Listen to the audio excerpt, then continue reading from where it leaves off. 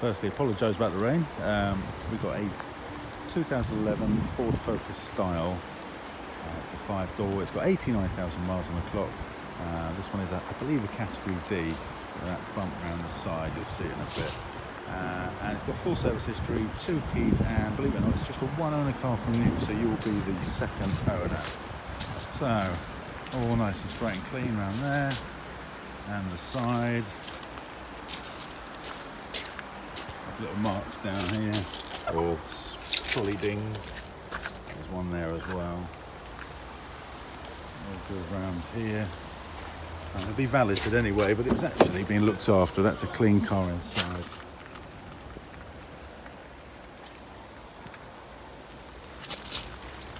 And the back as well. Doesn't really look like it's been sat in. It's good.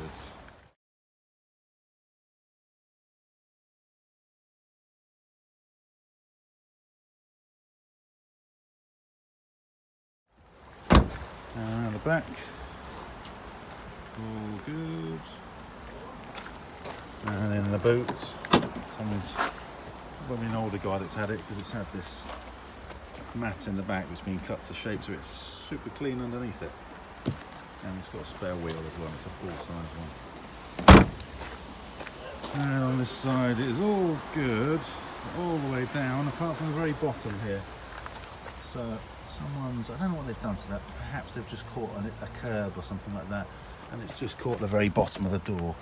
So that will be fixed. It'll never be perfect, but it's down the bottom. It does absolutely nothing to the reliability or safety of the car. It's just the sill to be pulled out and painted and back on the road.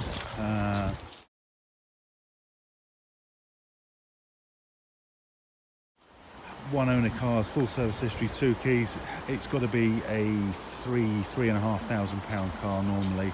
Expect this to be 2495. For just a little dent, it's going to be fixed, and that is it.